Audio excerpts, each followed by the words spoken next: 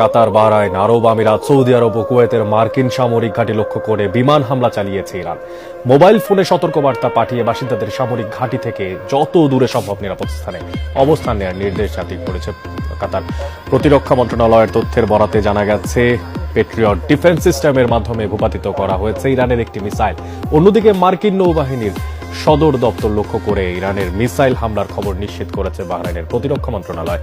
জরুরি সতর্কতা জারি করে নাগরিকদের নিরাপদে সরে যাওয়ার আহ্বান জানানো হয়েছে। এছাড়া বিকট বিস্ফোরণের শব্দ শোনা গেছে সংযুক্ত আরব আমিরাতের রাজধানী আবুধাবিতেও, সেখানে একজনের প্রাণহানির তথ্য পাওয়া গেছে। পাশাপাশি বিস্ফোরণের শব্দ শোনা গেছে কুয়েতে ও সৌদি আরবেও। আমি বেছে নেই CSRM TMT 500W, committed for better still। এ বিষয়ে আরো তথ্যপত্র জানাতে কাতার থেকে আমাদের সঙ্গে এই মুহূর্তে যুক্ত হচ্ছেন সহকর্মী আকবর হোসেন বাচ্চু। বাচ্চু, জানতে চাই আসলে সতর্কতা জারির পর এখন সেখানকার পরিস্থিতি কেমন দেখতে পাচ্ছেন? অনেক আপনাকে ধন্যবাদ। আপনি যেমনটি জানেন যে আজ কিছুক্ষণ আগে, অর্থাৎ এখানে কাতারের স্থানীয় সময় ঠিক 12টার পরে কিন্তু এখানে আমরা যারা এখানে দোহাতে যারা বসবাস করি তারা আমরা সেই আকাশের দিকে তাকিয়ে দেখলাম আসলে কিভাবে হচ্ছে যে হামলাটা হচ্ছে।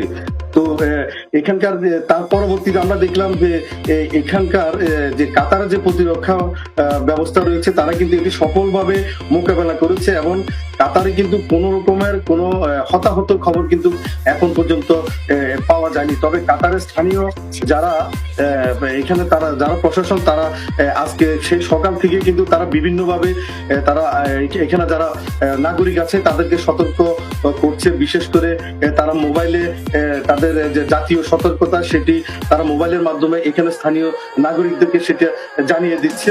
তার পাশাপাশি যদি আপনাকে একটু জানিয়ে রাখি, সেটা হচ্ছে পৃথিবীর বিভিন্ন দেশে যে দূতাবাসগুলো রয়েছে তার মধ্যে মার্কিন দূতাবাসও কিন্তু তাদের বিশেষ করে তাদের নাগরিকদেরকে প্রথমে সতর্কতা করেছে। ইউকে দূতাবাসও সতর্কতা করেছে এবং সর্বশেষ কিছুক্ষণ আগে বাংলাদেশ দূতাবাসের যে ফেসবুক পেজ আছে সেটির মাধ্যমে আমাদের যারা প্রবাসী বাংলাদেশি আছে তাদেরকে এই বর্তমান পরিস্থিতিতে কাতার সরকারের যে আইন কানুনগুলো আছে সেই আইন কানুনগুলো মেনে তারা আসলে চলার জন্য তারা পরামর্শ দিয়েছে। সাম্প্রতিক যুদ্ধ পরিস্থিতি সবশেষ খোঁজ খবর জানছিলাম সহকর্মী আকবর হোসেন বাচ্চু, তিনি অবস্থান করছেন কাতার।